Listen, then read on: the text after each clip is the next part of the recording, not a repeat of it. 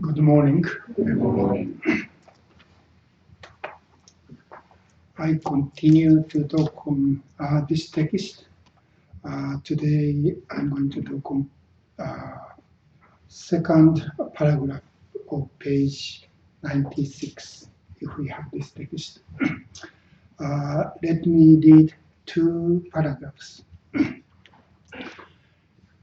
In the Amitabha Sutra of the Pure Land teachings, paradise is described in this way.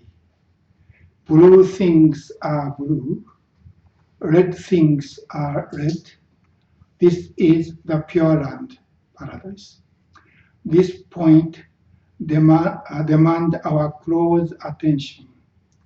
Without thinking carefully about it, we imagine how wonderful it would be if blue things could become red, or that poor people would be happy if only they could become rich. Obviously, I don't in any way mean to imply that it is bad for poor people to become rich. But happiness does not invariably come with wealth, nor unhappiness with poverty. If you fix it in your mind that the materially rich are happy and poor people are unhappy, then when you are poor, you will surely be unhappy. It's a mistake to hold on to such a view. For those who think this way, no matter how much money they have, the time will come when it will be useless. At death, such people will fall into the depths of misery.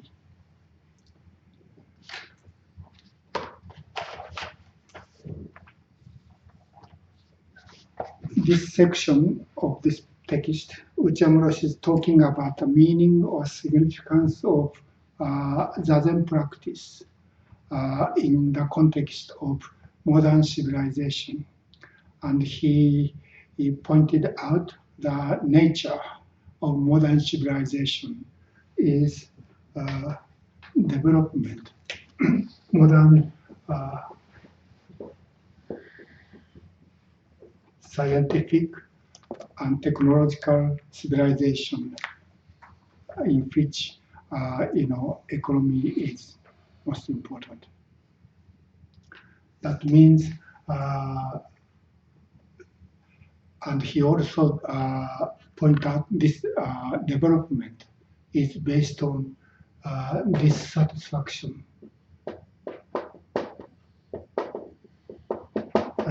Because we are not satisfied where we are or the condition we are in, we want to go somewhere else, and this becomes a goal. So and to reach the goal, we need to work hard, make effort. So this hard work is both based on dissatisfaction, or often dissatisfaction becomes greed toward what we want to do, or what we want to get, or hatred, or dislikeness of who we are or the condition we are in. Therefore, we think we need to move that way. That is the basic nature of modern material civilization. And within Buddhist teachings, this is very much the way we create samsara. Samsara is as it is said in the Four Noble Truths, that is the very basic teaching of Shakyamuni Buddha. Our life is suffering, and the cause of suffering is our desire, or three poisonous mind, that is greed, or anger or hatred, and ignorance. That is, if we work in this way, we can reach happiness, or paradise, or utopia, or the condition we have no desire, or we have everything we want. So no pain, no suffering, no sadness. And I think in Buddhist teaching, that is called ignorance. And Okumura Roshi also point out another very important activities in human civilization since human beings appeared in this planet. That is a searching of peace of mind. That means, how can we satisfy? Where can we find satisfaction? Without satisfaction, we can't have peace of mind. So this side and this side is almost opposite. This desire enable us to go forward and take actions and work hard to get that thing we want. But this peace of mind want to be right now, right here, and everything is okay. No problem. So he said, this we only live in this way, then we cannot have peace of mind, and yet peace of mind is really important for us. Otherwise, there's no way we can be happy, satisfied, or make this our activities meaningful. In this structure, we are already in the process, or whatever we do is a means to reach there. So our work or effort is always something is lacking. And unless we reach that goal, all of our hard work is meaningless, and we call it a failure. But our life, if we think in that way, our life, almost all of our life, is a failure. So we need peace of mind. And where can we peace of mind within this modern civilization is what Okumura Roshi is discussing here. And from the previous page 95, he introduced 3 or 4 teachings about peace of mind. The first one is Jesus Christ teaching about the lilies of the field. And probably you know about this teaching of Jesus more than me, but I'd like to review what this Jesus teaching means in the context of his sermon. This is a part of the famous Sermon on the Mountain. What Jesus is saying is, this is Matthew, maybe I don't need to write it, chapter 6:24. It says, Jesus says, no one can serve 2 masters. No one can serve 2 masters. For a slave will either hate the one and love the other, or be devoted to the one and despise the other. So he's saying we cannot have two masters. And these two masters refers to you cannot serve God and wealth. So for him, this side is called wealth, serving the wealth, work for the wealth. And this is for God. And he continues, therefore, I tell you, do not worry about your life. So he said, do not worry about your life. If we don't worry about our life, then there's no reason we have to work hard to get that thing. So do not worry about your life, what you will eat, or what you will drink, or about your body, what you will wear. Is not life more than food, and the body more than clothing?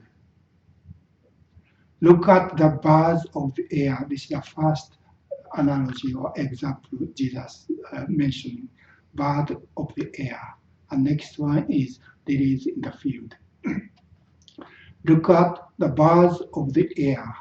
They neither sow nor reap, nor gather into barns, and yet your heavenly Father feeds them, feed all of the living beings. Are you not of more value than they? And can any of you, by worrying, add a single hour to your span of life? That means if we worry about life, we cannot longer our lifespan. We cannot live longer than our longevity. It's already fixed. And why do you worry about clothing? Consider the lilies of the field, how they grow. They neither toil nor spin. Yet I tell you, even Solomon, the famous king, that Solomon in all his glory was not clothed like one of these. Means the lilies in the field is more beautiful than the luxurious garment of the kings. But if God so clothes the grass of the field, which is alive today and tomorrow is thrown into the oven. So this is very impermanent thing. Will he not much more clothe you, you of little faith? Therefore do not worry, saying, what will we eat? Or what will we drink? Or what will we wear? For it is the Gentiles,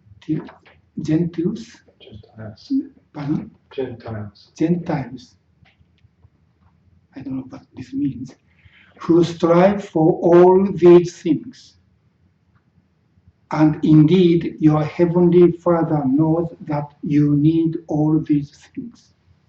So, what Jesus is calling people working in this structure is Gentiles. And God, if we serve for God, God knows our need. So we don't need to worry about those things. That is, I think, the basic message from Jesus to his people.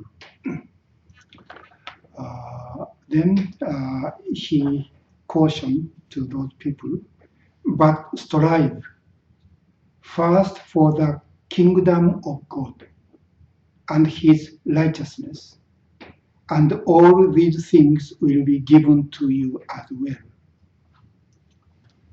So the next paragraph, so do not worry about tomorrow. Do not worry about tomorrow, for tomorrow will bring worries of its own. Today's trouble is enough for today.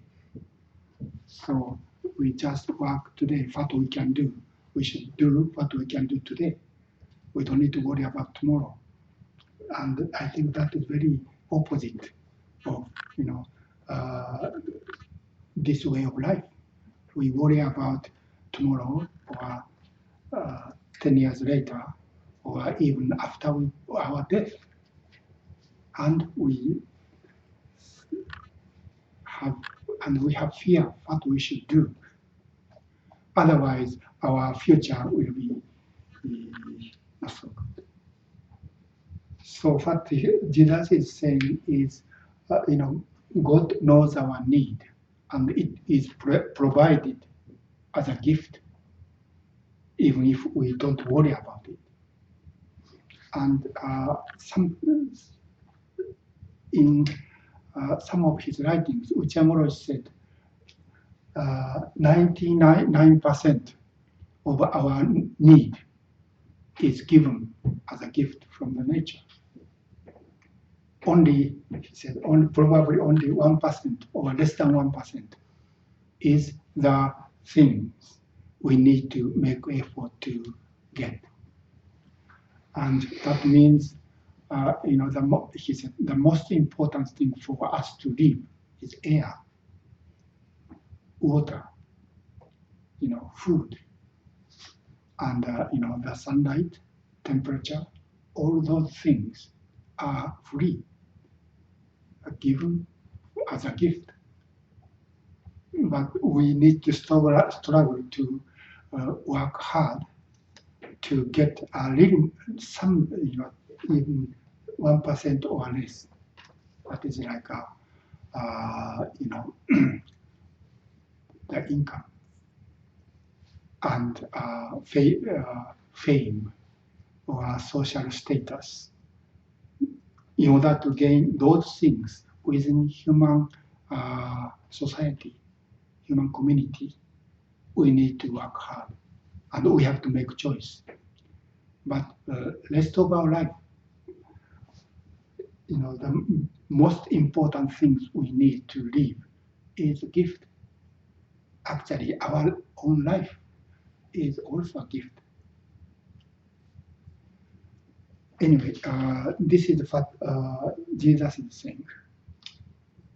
And in the previous paragraph, Okumura Roshi introduced two Buddhist teachings.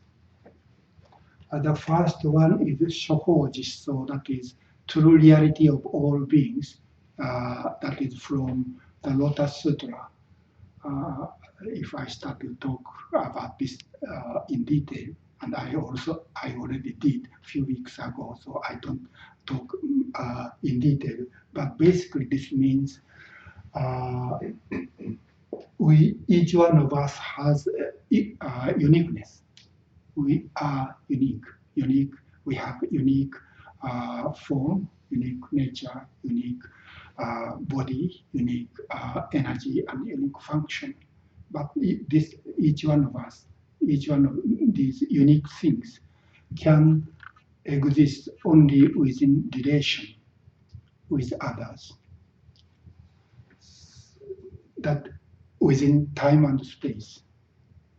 Within time, this relation is called cause and result. And within space, this is called cause and condition.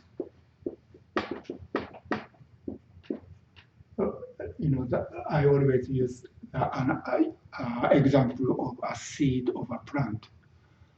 Even when we plant a seed of a plant, if there are a certain positive, supportive conditions are not there, such as humidity, temperature, and so on, then this seed cannot sprout and grow. So the seed needs many things to continue to live. And if there are, those conditions are given, provided, then this seed can grow. And once it becomes matured tree, and bear bloom flowers, then this tree can offer something like when flower blooms, the birds or insect came and get some nectar, and those living beings help the tree or plant spread the pollen. So they work each other, help each other. And also somehow when we see flowers, now this is the time the flowers start to bloom. Somehow when we see flowers, we become happy, even if we don't eat them. So the reason or goal of this plant growth is not to make us happy, but somehow it has something to offer to other beings. And when this tree bear fruits, of course, fruits can be food for other beings. So, as a true reality of each and everything, we are existing and living within this relation of interdependence. We receive support, so we try to offer support to other beings. That is how we live according to Mahayana Buddhist teaching. So, we are part of this interconnectedness. And in Dogen's expression, this is called Zenki, or total function. That means from inside of ourselves and from outside of ourselves, both are working together, and things are happening. So there's no way, we are the owner of this entire system. We are living together, each other, and supporting each other. We cannot say we are the owner of this planet, but we think that we are the owner, and we can do everything we want to make this person happy. So all those things are supporting us like a resource or resource we can use to make me happy. I think that is very basic delusion we have. So if we awake to this reality, we cannot simply live in this way to make our desire satisfied. This is very much narrow-minded and self-centered way of life. So this is one of the Buddhist teaching which Roshi introduced to how to find a peace of mind because we are helped and supported by all beings. We try to help and support all beings. So to satisfy my desire cannot be the purpose of our life. But living together with all beings in peace and harmony is the purpose or meaning of our life. So it's different. And in the previous paragraph, Roshi also introduced the sayings of willow is green and flowers are red. And I talked about this thing last week, so I don't repeat in detail. But this means, within this interconnectedness, each and everything are different or diverse. Willow leaves are green, and cherry blossom is not really red but pink. And each and every flower has its own beauty the violet, that so tiny flower, and rose are gorgeous, and all flowers are different, but they are all beautiful. So, and yet we make evaluation. We love roses, so rose flower has a market value, but we don't care so much about violet. But both are beautiful. So only within our mind there's such value judgment, and we think this is good and this is bad. So within this structure, we try to produce everything we want, and we don't care about everything we don't want. So that is another teaching about how we can find a peace of mind. We are not we don't compete with other beings, or other beings are friends but not enemy, or not the material we can use, but we are living together with all beings. And each and everything has its own beauty, so we don't need to compete with others. Within this structure, we need to compete. Competition is one of the most important things. Even we work hard and try and we achieve the best thing we can. But if other people achieve better thing, then our effort is called failure. Or if we try to discover or invent something new, if someone else did achieve the same thing even one day before this part I did, then my entire effort is meaningless or valueless. So we need to compete with others, and this competition is really what we call intense. And when we fail, to succeed, to win others, we almost, or sometimes in very extreme situation, we even we cannot find the reason to live, longer. That means we lose the meaning of life if we lose a competition. But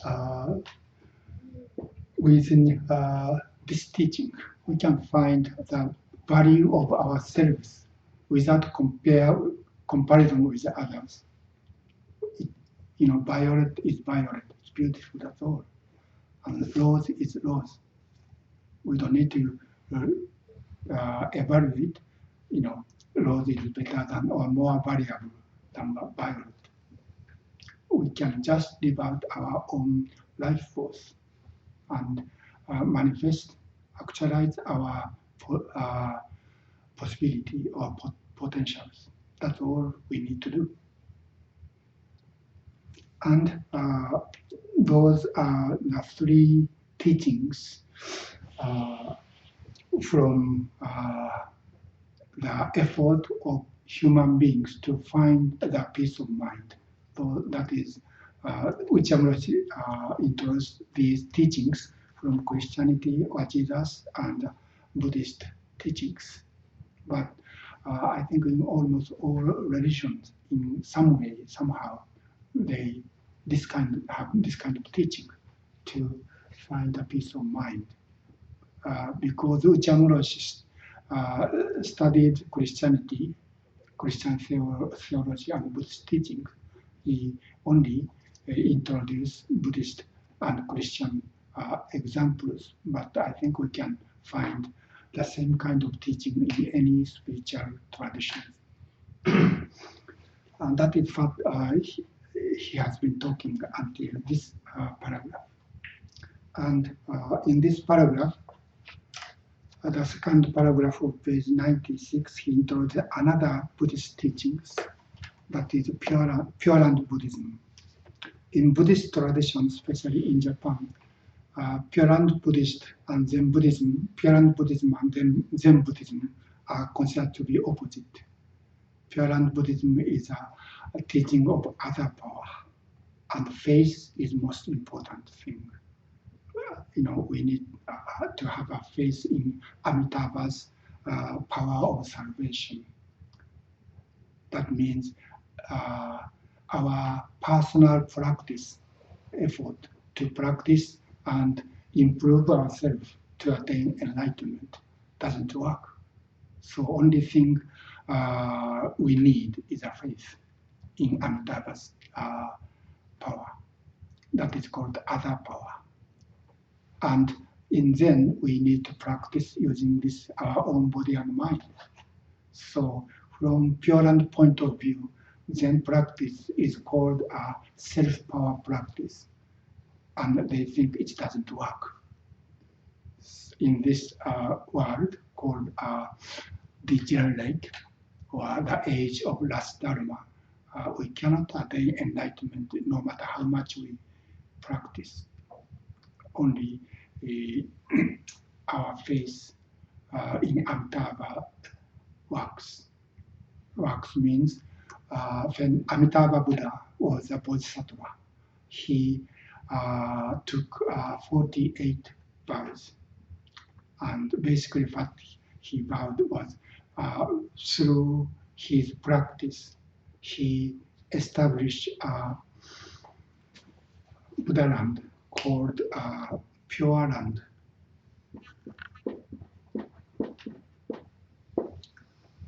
Or in Sanskrit, that is Sukha.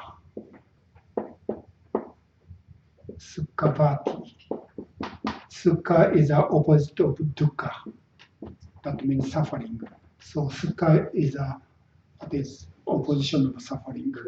Bliss, bliss land, land of bliss.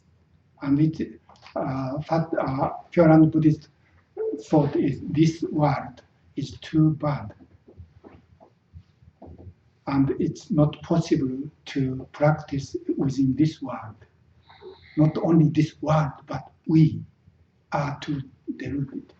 So self-power practice in this world doesn't work. But if we have faith in Amitabha's vow, this person, when he was a bodhisattva, he vowed that he established a pure land called Sukhavati. And anyone who has faith in my vow and chant and express that faith by chanting Namu Amida Butsu, means I take refuge in Amitabha. I enable them to be born in this Pure Land. And Pure Land is much better world than this world. And people could practice there without problems, without much difficulties. So Pure Land, in the original idea, teaching, Pure Land is like a practice center where we can practice without difficulties. So even though in our translation it said Pure Land is like a paradise, but Pure Land and paradise, I think, is different. In Pure Land, we need to practice.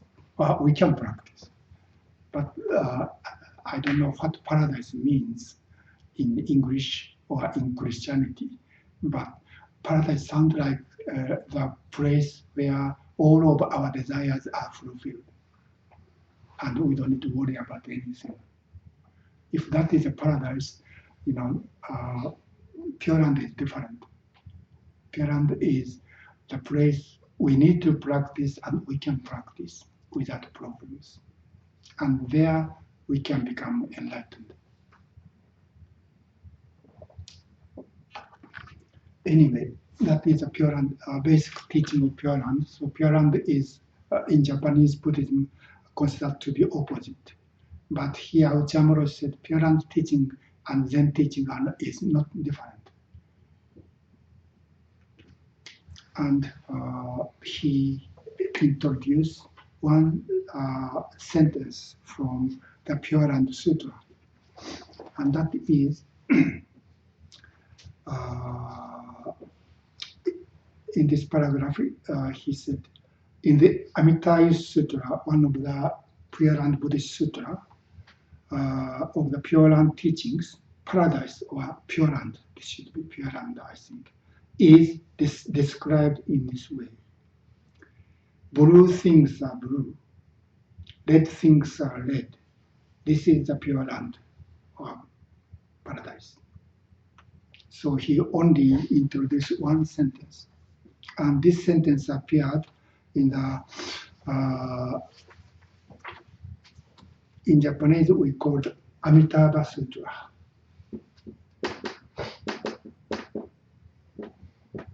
That is this Buddha's name, Amitabha Sutra.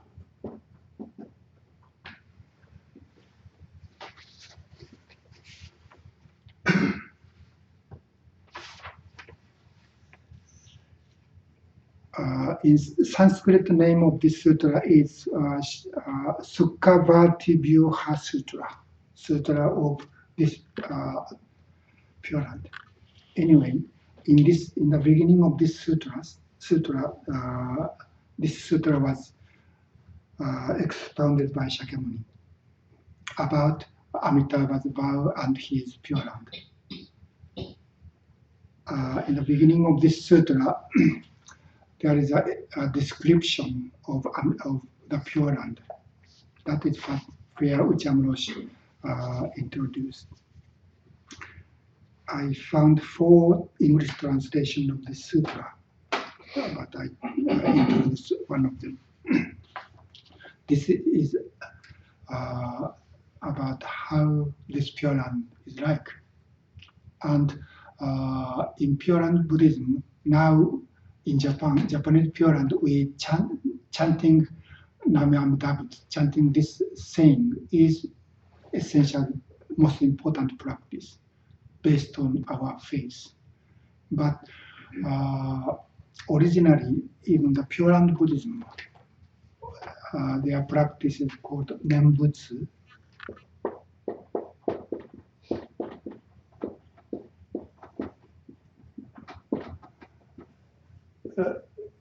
Chanting Nam-myoho-Buddha is called Nembutsu. But so that is a chanting. But originally, this Nembutsu is not chanting. This name is same name with mindfulness. So this Nembutsu means kind of to be mindful or to visualize the scenery of the Pure Land. That is one of the practice in Pure Land Buddhism. Anyway, and these sutras helps Pure Land Buddhists to visualize the scenery of the Pure Land. And this is one of the description of how Pure Land looks like. It said, so this is a teaching by Shakyamuni to Shariputra about Amitabha. Again, Shariputra, in the land Sukhavati, in this Pure Land, Amitabha's Pure Land, there are lakes of the 7 gems. 7 gems. I don't think I need to talk about these 7, but that means it's beautiful. In which is filled water with the 8 meritorious qualities. The water has its own meritorious qualities. The lake bases, the bottom of the lake are strewn with golden sand. So golden sand. So bottom of the lake is golden sand, sand of the gold, sand. And the stairs of the 4 sides, around the lake there are 4, so this lake sounds like a square. Sides are made of gold, silver, beryl, beryl, some kind of jewel. Another translation is lapis lazuli and crystal. On land, there are stories and galleries adorned with gold, silver, again beryl or lapis lazuli, crystal, white coral, red pearl, and diamond. So it's really beautiful. Then there is a sentence which I must quote. The lotus flowers in the lake. So it said there is a lake in that Pure Land, and in that Pure Land there is lotus flowers. The lotus flowers in the lakes, large as chariot wheels is huge. And according to scholars, in India there are such a huge lotus flowers. So this is not simply imaginary. Anyway, those lotus flowers are blue colored with blue splendor. Yellow colored with yellow splendor. Red colored with red splendor. White colored with white splendor. And they are all the most exquisite and purely fragrant.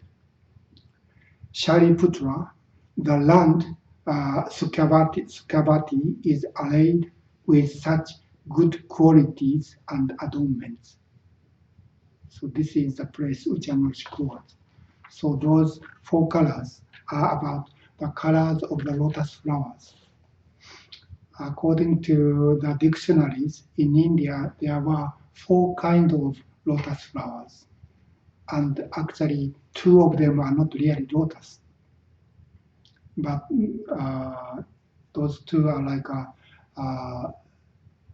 red, blue, yellow, and white.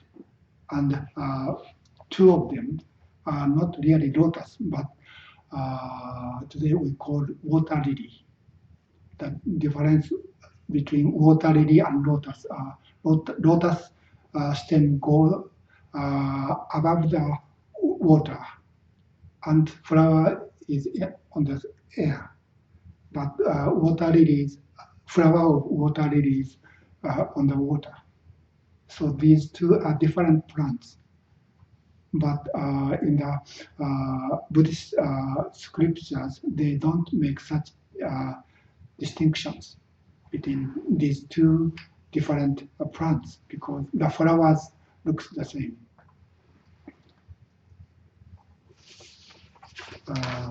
If we want, those 4 kinds of lotus in Buddhist sutras are called. First one is Uttapara, and second one is Padma. Third is Kumuda, and fourth is Pundarika. The name of the Lotus Sutra in Sanskrit is Saddharma Pundarika Sutra. So in this case, this is their white lotus. But anyway, so this sentence in this sutra means is Lotus Sutra. I mean, white lotus is white, red lotus is red, blue lotus is blue, and the yellow lotus is yellow. That means nothing special. They are different, but each one of them are beautiful as it is. So we don't need to make such, value judgment or like and dislike, as we usually do in this structure. That means it's okay just being as it is. So this is Uchiyamura's interpretation of this same sentence in the Pure Land Sutra. But anyway, if we interpret in this way, so we are not sure if Pure Land Buddhists agree with Uchiyamura or not. But anyway, I'm a student of Okumura Roshi, so you know, I don't need to counter argue against him. Anyway, so this means in all those 3 or 4 teachings from Jesus' teaching or Lotus Sutra teaching about reality of all beings, or then teaching of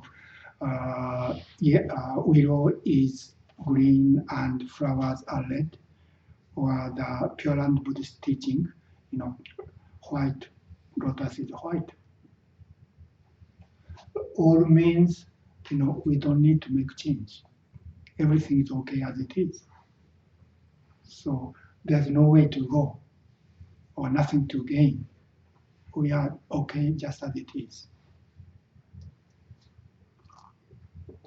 But within this just as it isness, or suchness or thusness, we need to make effort. That means for a violet to bloom, to sprout, and grow, and bloom flowers. I think the violet needs effort. And violet, the effort by violet is not simply the violet personal, private effort, but this effort and everything happening in this world is interconnected. So even within the tiny flower of violet, the spring of entire world is expressed.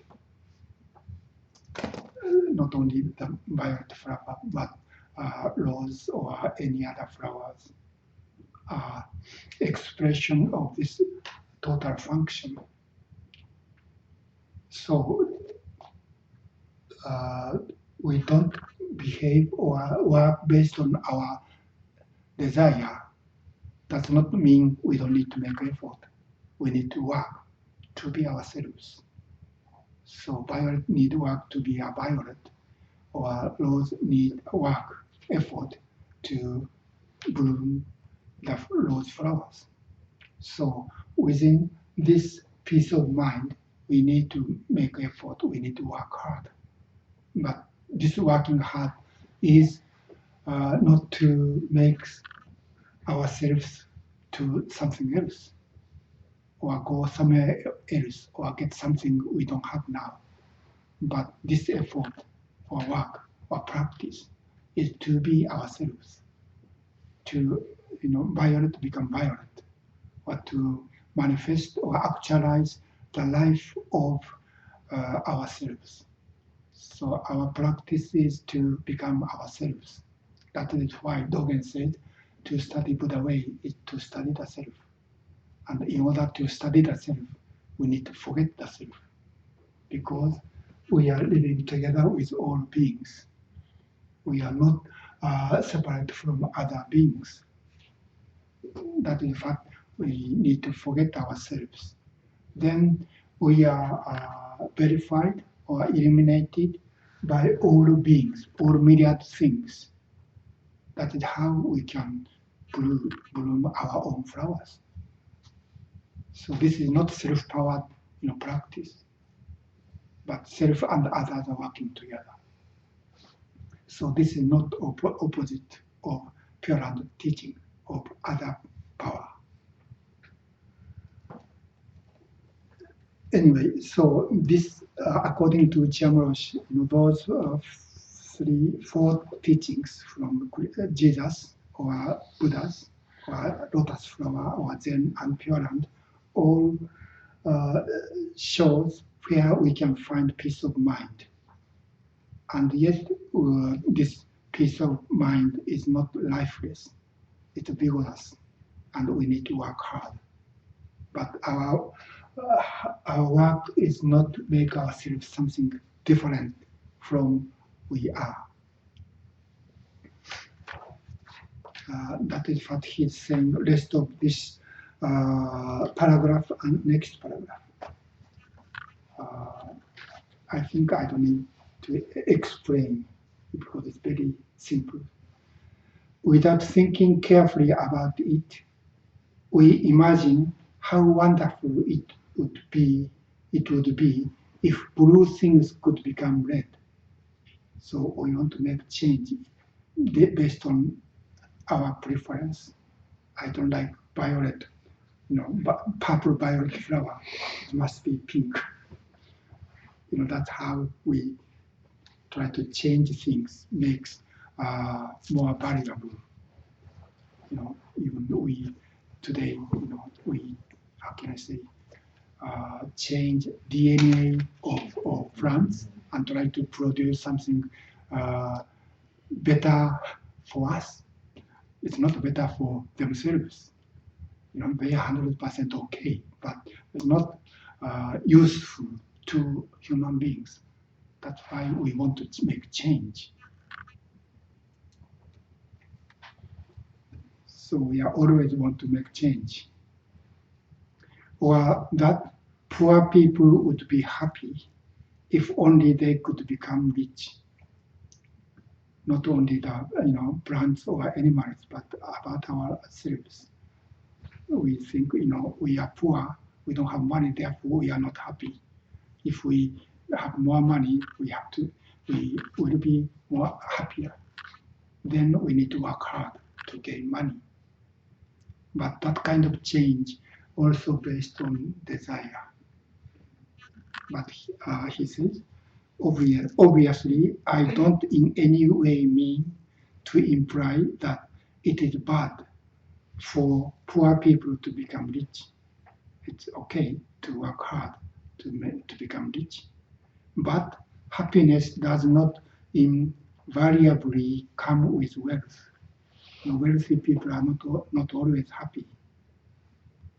Nor unhappiness with poverty. Poor people are not necessarily unhappy. Happy or not happy does not depend on how much money we have. If you fix it in your mind that the materially rich are happy and poor people are unhappy, then when you are poor, you will surely be unhappy. We make a definition what is happiness and what is unhappiness.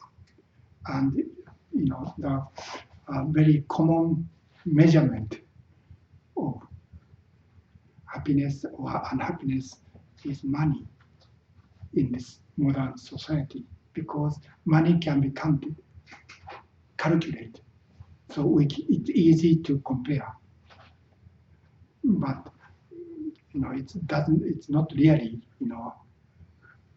valid measurement. I don't have, but I don't think I need to explain this. It's a mistake to hold on such a view, to make such a distinction. People who have more than such and such amount of money must be happy, or people who don't have such amount of money must be unhappy.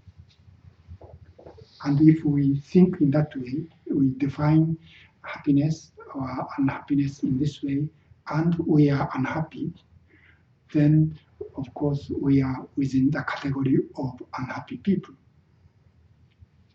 But he said it's a mistake to hold on to such a view. But this is a very common view. For those who think this way, no matter how much money they have, the time will come when it will be useless. At death, when we die, when we are dying, such people will fall into the depth of misery. That means money doesn't help us at all. So this way of life, about the ignorance of this way of life, is we don't think of death or dying or impermanence. We only think how good or how wonderful if we can get that thing. And when we reach there, we have more things we want.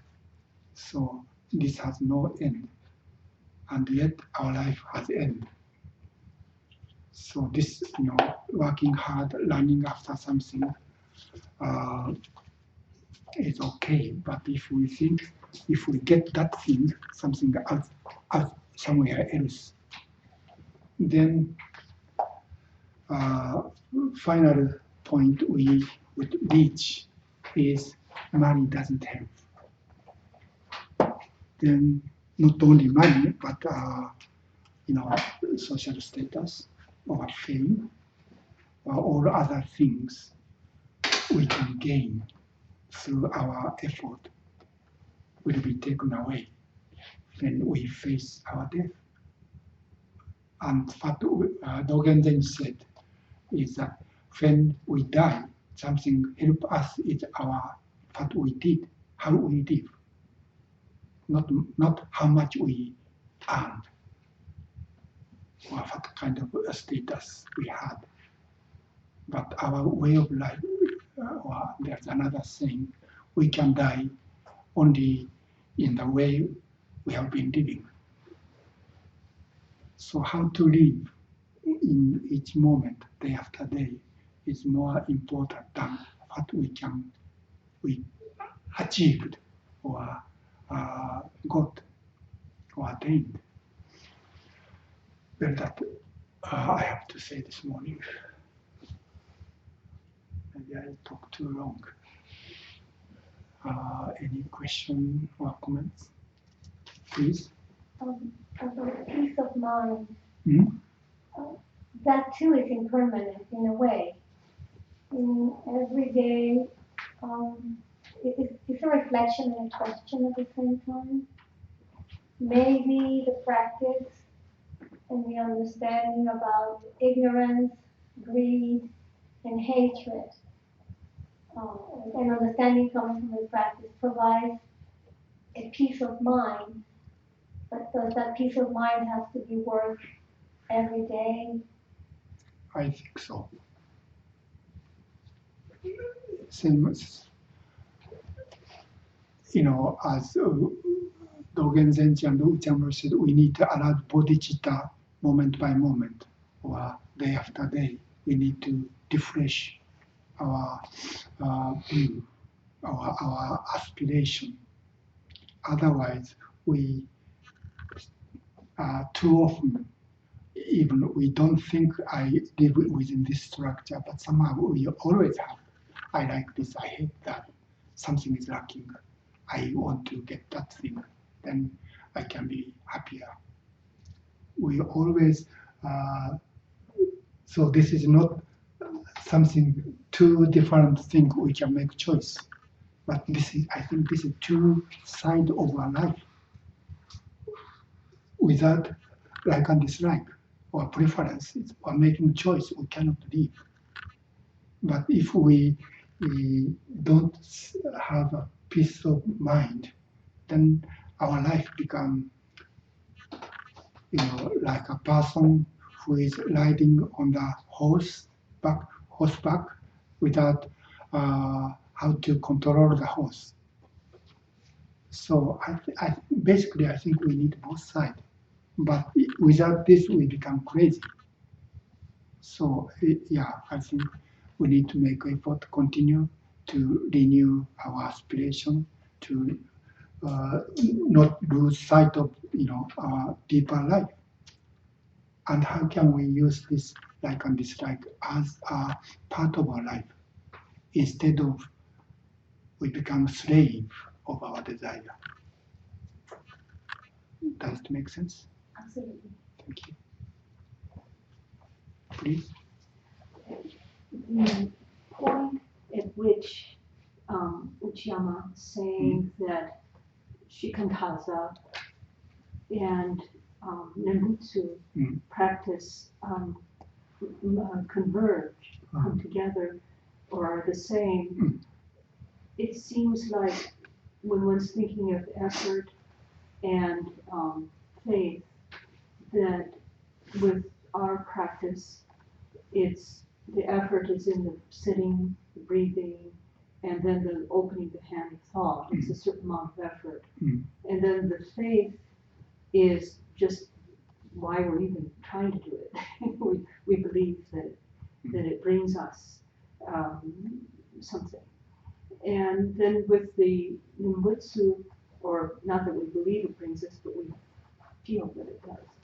And then with the Nimbutsu practice, they have the effort is in the chanting rather than the opening the hand of thought. It's more the chanting, and then the faith in that. Is that the way in which they come together? That Uchiyama internally, anyway, that they come together. I think so. The founder of Japanese, one of the largest Japanese Pure Land school was Shinran. In Shinran's teachings, he called this face, or his face, called Zettai Tariki. Zettai means absolute, absolute other power. Absolute means it's not relative with self-power. This absolute other power means even our face is a gift from Amitabha. So there's no self and other. And in Dogen's teaching, he said in Bendowa, we should practice the Zen, forgetting self and others. So that is a common ground of both teaching. I don't think Uchiyama said, if we sit, chanting Nembutsu is better than just sitting. When we sit, just sit. This just sitting and Pure Land Buddhist practice of just chanting Nembutsu. So Shinran's most famous saying is, I don't know whether Nembutsu is Nembutsu help us to be born in the Pure Land or not. I don't care. But when we have a deep faith in Amitabha, we are already in the Pure Land. So his Nembutsu is not making reservation to get a seat in the Pure Land, but his Nembutsu is an expression of his gratitude that he's already in the Pure Land. So in that sense, Shinran's Nembutsu and Dogen's Zazen is the same. Okay, anything else? Okay, thank you very much.